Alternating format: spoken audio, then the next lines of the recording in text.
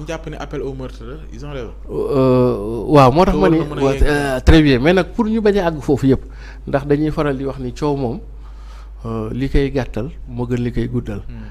olof yi di nee na kasara gu gàtt. moo gën kasara gu gudd. pour man jàpp naa ne. l'acte de grandeur bi ma koy woo man. mooy mu présenter wu ses excuses parce que loolu day am glissement day am tarxis day am mais su ko bëggee miim. mooy li ngay wax ni. day gën a taawi wax ja. est-ce que comprendre nga.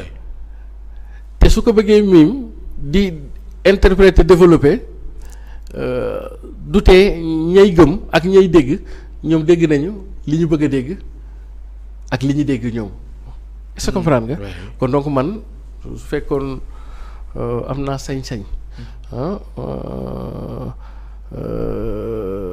di ko ñaan de mooy na wax rek dafa juum parce que ñu ñii ñëpp dañuy juum ndax c'est la pénibilité de l'exercice qui est la communication mooy noonu te képp kuy jël micro di wax rek maxtum nee na ab dof nga dof nag moom comme gars yi toppeetuñ ko dara bu juumee na jéggalu rek. ñu jéggalu ñi liggéey ci micro ña ko nuru également annoncé nañ le 23. journée sans presse loolu yëpp ngir wane. la leen njatt la leen jàpp. ba ci la xew ca Walfadjri. journaliste yu ñuy tëj. waaw ak yeneen yoo xam te ne ñëw na ci xëy na. fësul ci penc ma. non yaa ngi koy bàyyee xel. waaw maa ngi koy bàyyee xel mais yaakaar naa ni du toute la presse. su ma juumul waa appel la. mooy presse bi yëngu ci internet. du ñooñu ah. li ñu am importance yëpp. je pense que c'est une partie de la presse. Je pense que précision boobu c'était important. du organe yi leen coiffé ñoom ñëpp. moo leen di wax donc première chose deuxième chose mooy ñoom Ibrahima Lissa. yaakaaruma ni le principe d'accord naa parce que comme journalistes yi. ñoom it dañoo am àq ak yelleef te des fois dañ koy salfaañe ñoom it dañoo war a yëglu pour ñu gën di mën a respecter seen àq ak yelleef mais date bi laa am problème. le 23. waaw xam nga lu tax prochain oui. Le 23 dafay nekk dans le 23 pourrait même être dans l'esprit du peuple révolutionnaire dans l'esprit de la nation ce que un 4 avril est pour la République. C'est une date symbolique. Boycotter le 23 juin, c'est aussi souiller la mémoire de tous les disparus au niveau de date boobu. La date bi mooy sama problème. Ça veut dire que date boobu c'est tellement xam nga tey jii du ñu def 4 avril ñu ni dañuy grève.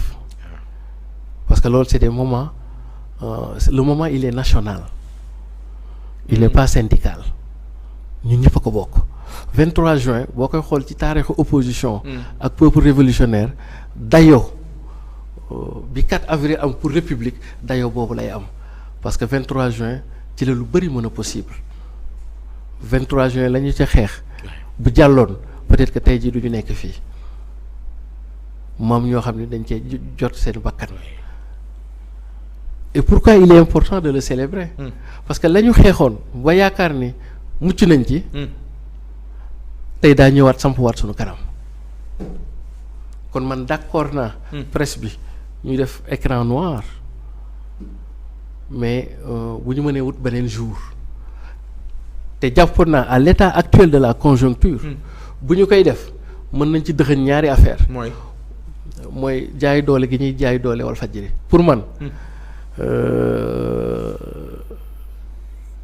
ne journalistes yi ñuy buntu xataar rek yam ci affaire marché yeeg yooyu bu amee te waxoo Ali Kalaj gi am kii bi pour man faire chevauchée individuelle la parce que li xew Walfadjri mën na leen a yoot yéen ñëpp. C'est une cause de la presse c'est une cause de la profession dans son ensemble comme l'intégrité physique ak l'exercice dans des conditions idoines des journalistes sur le terrain ñoo ko garanti. Pour man maa ngi ñaan ñoom Lissa waaw. D'abord ñu dëggal manifeste bi. mais toxal date bi ba pare ñambaas ci yi fi Walfadjri. yi fi war a ci parce que couper signal moom.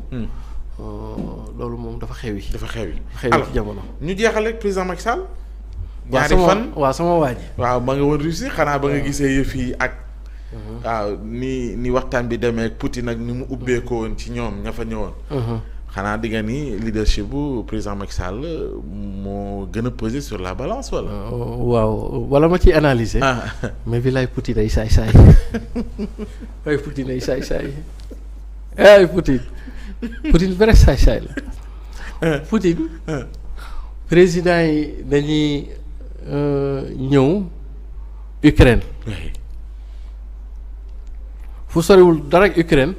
mu xam ne gaañaa ngi fi mu bombardé foofu. ñu mujj gi jël ñoom ñëpp rawale leen ci ay bunker te moom xam na ni ne su gars yi paree ci moom lañ ñëw comprendre ba gars yi paree ñëw wax ba pare mu yóbbu leen ci ab guddi xam nga Russie très bien genre éclipse en général surtout Saint-Pétersbourg côté boobu ñu nekk su mois de mai jëm juin ba juillet guddi gi ñaari waxtu la en fait guddi gi ñaari waxtu la daanaka ci biir guddi gi ci ngay gis jant bi fële da leen a bombardé ba gars yi daw làqatu ñu ñëw guddi ñu ñëw mu leen kaa leen xool jant bi yeeg yooyu quoi xam nga dans la représentation symbolique comprendre non ça veut dire que Poutine ab saay-saay la ba pare suñ dafa leen léeg-léeg day jàngat ni wutuñu fi woon dara foofa wutuñu fi woon dara ndax ca da leen Poutine accueillir dooru leen ni kii ba ñu daw esquiver leen guddi ga jot mu leen di c'était un peu enfantin kaa leen xool leer geeg yooyu xool leen jaww ji xool leen étoiles yeeg yooyu comme et cetera c'était dans la symbolique imaginaire ça veut dire que je ne vois pas l'intérêt peut-être pour Poutine a un intérêt stratégique pour ça en fait parce que Saint-Pétersbourg bu ma lay wax xam naa boo moytuwul sax man maa nga fa juillet dañuy am benn rencontre bu ñuy am bu tudd Afrique Russie comme ni ñu amee sommet yi quoi sommet yi ngay def nii waaw comme man dama am benn think tank bu tudd Africa Worldwide Group ñu dañuy yëngu ci bagage yooyu quoi donc j'y vais dans ce cadre là quoi Poutine dina ci am benn intérêt stratégique parce que je pense que c'est le 14 juillet ou quelque chose comme ça day am benn sommet Russie Afrique te Russie dafa nekk ci stratégie di dawal ce qu'on appelle le soft power su ngeen ko xoolee conseil de sécurité bële lu inédit moo amoon ci conseil de sécurité parce que 29 états dañu voté ni ca nañu waxee soit abstention la ou bien kii nañu àndal Poutine 29 états sur 26 ñoom ñoo def li français yu bëgg ne ànd ak Ukraine 29 et c'était inédit dans l'histoire politique au niveau des Nations Unies donc muy wan ni moom bopp bi pays africains yi commencé di moom bopp c'est di moom seen bopp kon donc léegi Poutine day commencé di engranger ay dividendes parce que bu njëkk ba les états ñi ñu colonisé woon fu ñu xoolee fa nañ doon dem maintenant léegi nag conseil de sécurité le vote africain enjeu la te bu njëkk ba dañ daan néewal doole Poutine Union soviétique à l'époque la léegi nag Union soviétique dem na ba am na ay pion Afrique te mosul coloniser sax dara ci Afrique au contraire libérateur la kon donc Poutine sait que il a un point à jouer donc il veut renforcer la coopération avec les pays africains comprends pour wax leen ni lii nii bu leen ci dugg maag ñi xamante nañ comprends non c'est les slaves voilà et cetera yéen nañu business rek yéen bàyyi leen maag ñii ñëw dana régler ci histoire première grille d'analyse deuxième grille d'analyse mën nga ko rafetlu ci benn côté xam nga Union africaine dafa am benn tare congénital bu ko topp là on est sur les questions de géopolitique mooy ce qu'on appelle la conférence de Badouin ce qu'on appelle la neutralité ou le non-alignement loolu ci benn côté baax na mais ci benn côté dafa ñu indil ay préjudice li mu ñu indi les préjudices sur les questions internationales bu mës a jóg bu ne ñun dañu doon wax naan ñun suñu yoon nekk ci on est des non-alignés ba nga xam ne léegi ñun sur les questions internationales amuñu ci woon kàddu masalan Union européenne Union africaine a ko mag fuuf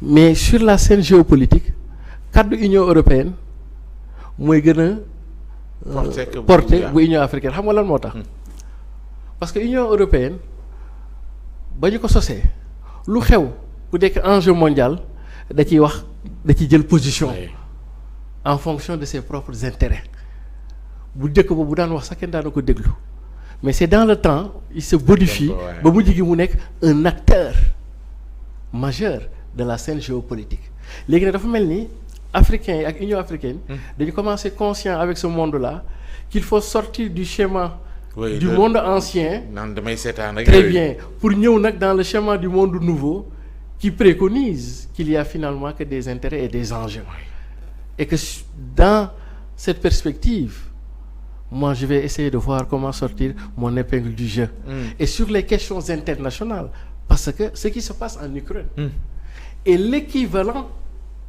de ce qui s'est passé en Allemagne le 9 octobre 1989 c'est que c'est un basculement vers un monde nouveau la chute du mur de Berlin a pour conséquence la fin historique de ce qu'on appelle la guerre froide mais le point de départ de ce qu'on appelle la mondialisation financière lii xew Ukraine ña nga ca ça préconise ou ça inaugure la fin du capitalisme financier de la mondialisation financière pour donner naissance à un nouveau monde qui va venir après la crise entre Russie monde bu bees nañuy tëggaat léegi nag ci monde boobu Afrique a sa place pourquoi l'Afrique a sa place parce que bu ñu paree ci guerre bi liy dundal économie tey ak ëllëg Afrique la nekk kon donc sur les questions de géopolitique moi je salue l'initiative que l'Union africaine jóge Afrique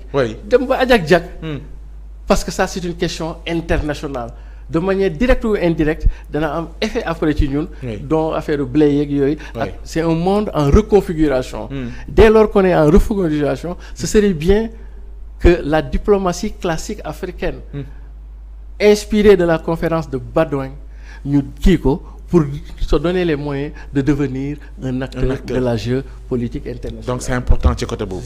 C'était important en tout cas ñu ngi lay gërëm di la sant. waaw merci beaucoup merci beaucoup déggoon nañu ci ànd ak yow. jërëjëf ci partager li nga xam te moo fa nekkoon ci actualité. jox dig daje incha allah ñu doon bàyyi xel fi ci réew mi ak ci bitim réew dimanche prochain incha allah su ko defee ñu ñëwaat ci yeneen actualité ba tey ci sans limite ci tribune d'actualité gërëm Babacar mi ñu àndaloon ci jàppandal gi jërë ngeen jëf.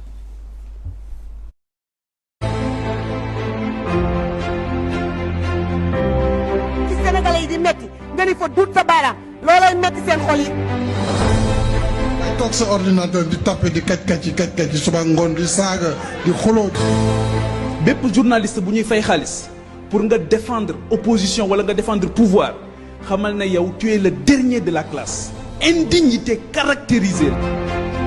Ayez le courage de dire la vérité aux Sénégalais. doomi soxna yi fi nekk bañ a falsifier ahadis yi ak ayat alquran yi ngir ragal gouvernement bi